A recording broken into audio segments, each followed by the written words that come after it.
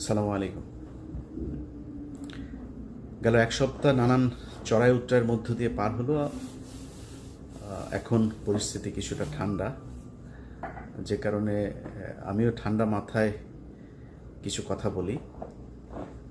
ধরেন, আমরা গেল 10 মাসে এই সরকারের বিরুদ্ধে অনেক ধরনের সমালোচনা করেছি, বিশেষ করে আসিফ নজরুল এবং ফারুকী। আমার মনে হয় বাংলাদেশে 99% মানুষের কেউই চায় না এই দুইজন মানুষ উপদেষ্টার পদে থাকুক। অনেক কারণ ছিল, কিন্তু কোনো ব্যবস্থা নেওয়া হয় নাই।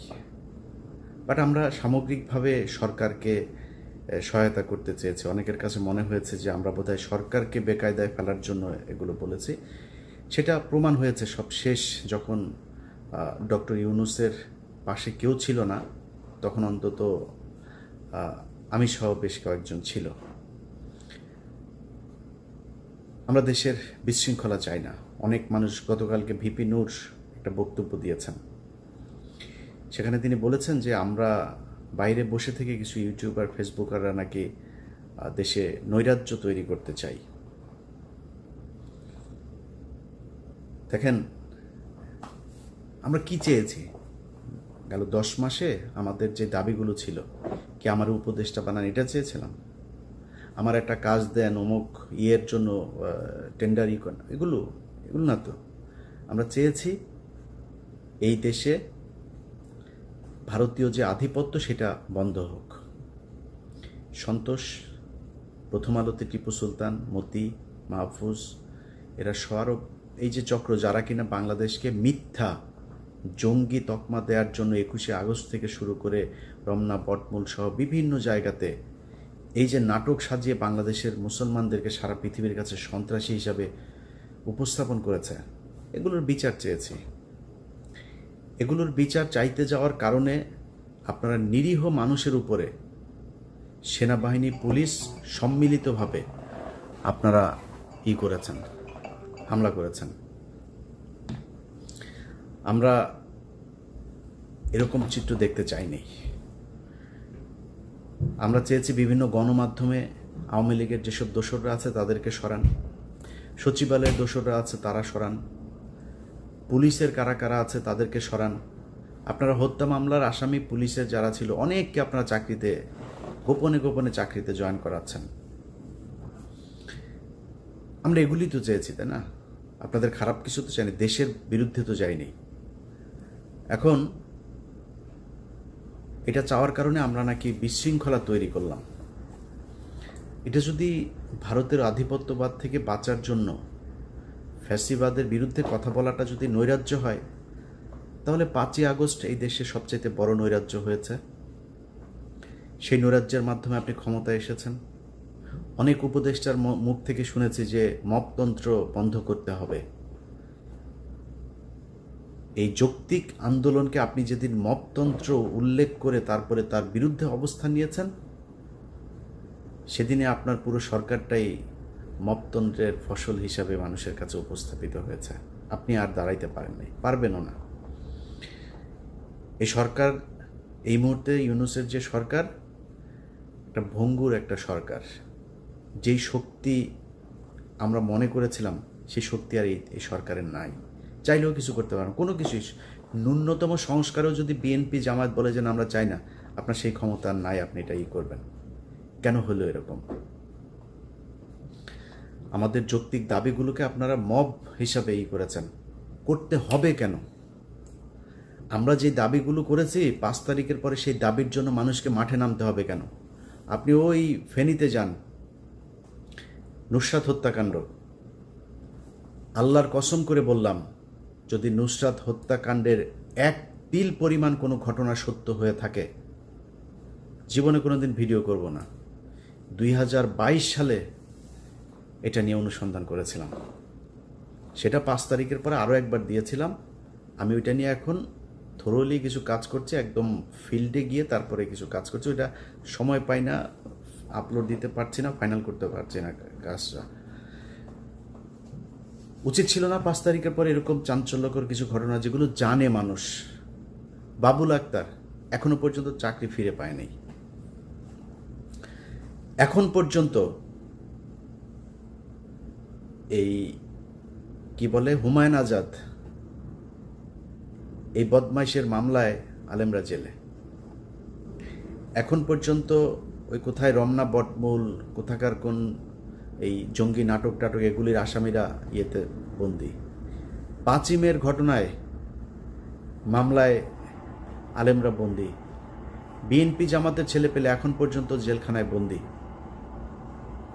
কেন? এটার জন্য আন্দোলন করতে হবে? এটার জন্য আবার বিক্ষোভ করতে হবে, যমুনা ঘেরাও করতে হবে? কেন করেন নাই? অনেক কিছু তো করতে পারেন। আপনারা নুসরাতকে কয়েক ঘন্টার ব্যবধানে জেল থেকে ছেড়ে দিতে পারেন। আপনারা মুন্নি শাহরে ধরার পরে 5 হত্যা মামলার আসামি মুসলেখা নিয়ে ছেড়ে দিতে পারেন। মানে এটা কি খেলা নাকি? যা মনে চায় যেমন মনে চায় আপনার মন মতো করে আপনি চালাবেন, আর ওইভাবেই মানুষ হা করে দেখবে।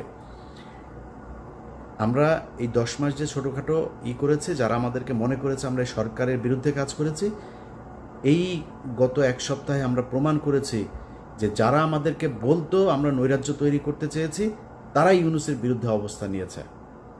যদি ন্যূনতম, ভাই আমি নির্বাচনের বিরুদ্ধেও না, বিএনপির বিরুদ্ধেও না, জামাতের বিরুদ্ধেও না, আমি চাই নির্বাচিত একটা সরকার। আমি কালকে নির্বাচন হলে আমি কালকেই খুশি। কিছু সংস্কার হওয়ার দরকার ছিল।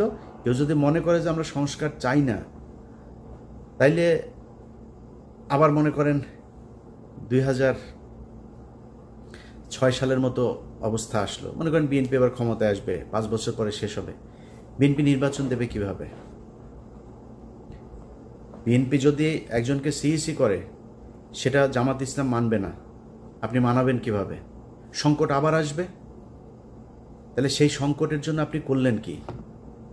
আমার কথা হলো, সংস্কার ইউনূস একা করুক আর সবাই মিলেমিশে করেন। করতে তো হবে সংস্কারটা, এটা ছাড়া তো যাইতে পারবেন না। নির্বাচন আমিও চাই, বিএনপির মতো আমিও চাই, আমার নির্বাচন নিয়ে আমার কোনো সমস্যা নেই। কিন্তু এই সরকারের যে কাজগুলো, যেটা তাদের ঘাড়ে দায়িত্ব দেওয়া হয়েছে, যে দায়িত্বগুলো তাদের শেষ করতে হবে। তার আগে যদি আপনি নির্বাচন দেন, একটা দল ক্ষমতায় আসবে, সমস্যাগুলো আগের মতোই হবে। তো আমরা ইউনূসের পাশে দাঁড়িয়েছি কি, যে ইউনূস যদি নাকি এই মুহূর্তে না থাকে, তাইলে আন্তর্জাতিক অনেক ক্ষেত্রে আমাদের এই দেশটা সংকটের মধ্যে পড়বে। যেই সুবিধাটা ভারত নেবে, আওয়ামী লীগ নেবে। আমরা এই কারণে চেয়েছি যে ইউনূস অন্তত এই সময়টাতে থাকুক, ইউনূসের পাশে এসে দাঁড়িয়েছি, প্রমাণ করেছি আমরা দেশের নৈরাজ্য চাই না। অথচ এই ইউনূস সরকার, আমার মতো একজন ব্যক্তি, আমি কয়েকবার এই সোশ্যাল মিডিয়াতেও বলেছি, আমার মামলাগুলো করে নাই, কেয়ার করি না। আমি মামলা নিয়ে আমি কিছুই করি না। অনেকে আমার মামলার কাগজ চায়, মানে আমার ব্যক্তিগত সম্পর্কের খাতিরে অনেকে চায়, ভাই দেন আমি মামলাগুলো করি। না, সরকারে করতে হবে এটা। আমি যদি কালকে দেশে যাই, এই আসিফ নজরুলের বাপের ক্ষমতা আছে, ও আমার পুলিশ দিয়ে জিজ্ঞেস করবে, ভাই আপনার মামলা কি কি আছে? ওর বাপের ক্ষমতা আছে, ও আমার ধরে নিয়ে যাবে। এত সোজা না। কিন্তু উচিত ছিল এই সরকারের আমার জিজ্ঞেস করা যে ভাই তোমার মামলাগুলো কি?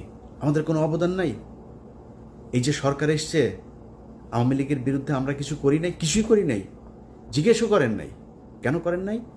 কারণ এই সরকার আসার পর থেকে কিছু কিছু মানুষজন তার প্রত্যেক সম্পত্তি মনে করেছে এই সরকারটাকে।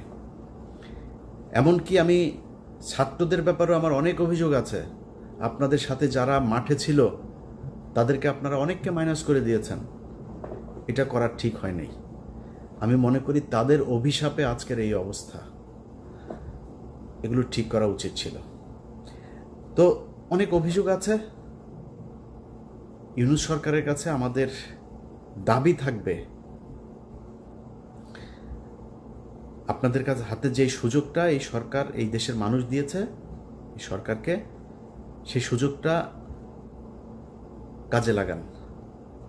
আমার মনে হয় গত 5 তারিখের আগ থেকে আজকে পর্যন্ত এই 10 মাসে যদি আমি হিসেব করি, তাহলে এই দেশের কোনো কিছুই চেঞ্জ হয় নাই। দুর্নীতি, লুটপাট বরং আগের চাইতে আরও বেশি হচ্ছে। এখন সমস্যাটা হয়েছে যে কয়দিন থাকবো, যা পাই তাই খাই, যে যারে দিয়া পারে। আওয়ামী লীগের কাছ থেকেও নেয়, বিএনপি জামাতের এরাও অনেকের কাছ থেকে আছে, ছাত্রদের মধ্যে অনেকে আছে। মানে দেশটা আসলে কারোরই না, মনে হয় এটা একটা ওই যে প্রবাসী স্ত্রীদের মতো বলে না যে ওই যে কি সুন্দরী ভাবি কি পাশের গরিবের সুন্দরী বউ, সরি গরিবের সুন্দরী বউয়ের মতো অবস্থা। তো এখন এই যে গরিবের সুন্দরী বউরে নিয়ে যে যেমনে পারে টানাটানি করে খাচ্ছে, এই জন্য এতগুলো মানুষ জীবন দিয়েছিল। এখন আমরা যদি এগুলি নিয়ে কোনো কথা বলি, তাইলে এরে নিয়ে বললে এই নাখুশ, ওরে নিয়ে বললে ওই নাখুশ, না বললে যদি খুশি থাকেন তাহলে ভালো, বলবো না আস্তে আস্তে, সমস্যা কোথায়? এখনো পর্যন্ত আমি তো ভাই কোনো গণমাধ্যম না, আমার হাতে যতগুলো নিউজের মানে অনুরোধ বলেন, পরামর্শ বলেন বা যেভাবেই বলেন, যতগুলো মানে লাইন আপ আমার হাতে, আমি পারি না, আমার নানান কাজ টাজ করে এইটার পিছনে সময় দিতে পারি না। ওইভাবে একটা নিউজ করতে আমার 15 দিন 20 দিন 1 মাস সময় লাগে, দেবো কেমনে? কিন্তু যেই জিনিসগুলো আমার কাছে আসে, এটা আমার কাছে আসার কথা না। বাংলাদেশে ভাই এত শত শত গণমাধ্যম, আমার কাছে আসবে কেন? আমার একটা ব্যক্তিগত একটা ইউটিউব চ্যানেল, আপনার টেলিভিশন আছে, পত্রিকা আছে, সেখানে কয় যায় দেয় না ভাই, আমাদের এগুলি শোনে না। এই ধরেন প্রথম আলোর নিয়ে সাজরে হকের যেই প্রোগ্রামটা, এটা তো আমার কাজ না। বাংলাদেশে অনেক ক্রাইম প্রোগ্রাম আছে, অনেক অনুসন্ধানী প্রোগ্রাম আছে, নিউজ আছে, আপনারা করে না তারা, এখনও আমাদের কাছেই আসে। তো এই যে অবস্থা চলছে, এটা যদি চলে, ডক্টর ইউনূস গত সপ্তাহে বিপদে পড়ার পরে আপনারা দেখেছেন না, অনেকেই কিন্তু রাতারাতি চেহারা পাল্টে দিয়েছে। কেউ যদি মনে করে এই দেশের মানুষ খুব স্মার্ট, এটা আমার মনে হয় আমার চাইতে তারেক রহমান অনেক ভালো জানে যে 5 তারিখের আগের থেকে 5 তারিখের পরে তার কাছে দেন দরবারের সংখ্যা কি পরিমাণে বেড়েছে। আমার মতো ক্ষুদ্র মানুষ হালকা টের পাই সারাদিন। এই যে 2 ফোন মনে করেন যে সামনে নিয়ে বসে আছি, মানে বেজেই যাচ্ছে আর কি। তো এই দেশের মানুষ খুব স্মার্ট, যখন দেখবে যে আপনি একটু সুবিধাজনক জায়গায় আছেন, আপনারা তেল মারবে, সুন্দর করে তেল দিবে। সুযোগটা যখন চলে যাবে না, এই লোকগুলি আপনার চোখের উপরে সব কিছু পাল্টাই দিবে। তো আমার মনে হয় সবার উচিত আওয়ামী লীগের এগুলোর দেখে একটু শিক্ষা নেওয়া। যা হলো 15 বছরে, এই জুলাই আগস্টের যে আন্দোলনে যেভাবে তাদের পতন হলো, তাদের এখন যে পরিণতি, এটা দেখে আমার মনে হয় বাংলাদেশের রাজনীতিবিদ, প্রশাসন, ব্যবসায়ী সবাই একটু হুঁশ ফিরবে। আল্লাহর ওয়াস্তে মাথা ঠান্ডা করেন ভাই, টাকা পয়সা কামাইতে পারবেন, এত পাগল হয়ে যায় না, এত বেহুশ হয়ে যায় না টাকা পয়সা কামানোর জন্য। যারা রাজনীতি করেন ভাই, আপনাদের জন্য এই দেশের নিয়মটাই এইভাবে করে দেওয়া আছে, কাঠামোটাই তৈরি করা। আপনি আপনার পকেটে টাকা ঢুকবে, টেনশন করেন, এত খাওয়ার জন্য পাগল হয়ে যান না, উতলা হবেন না, টাকা পাবেন, ধৈর্য ধরেন, দেশের স্বাধীনতাটা অন্তত অক্ষুণ্ণ রেখে তারপরে যা করার করেন।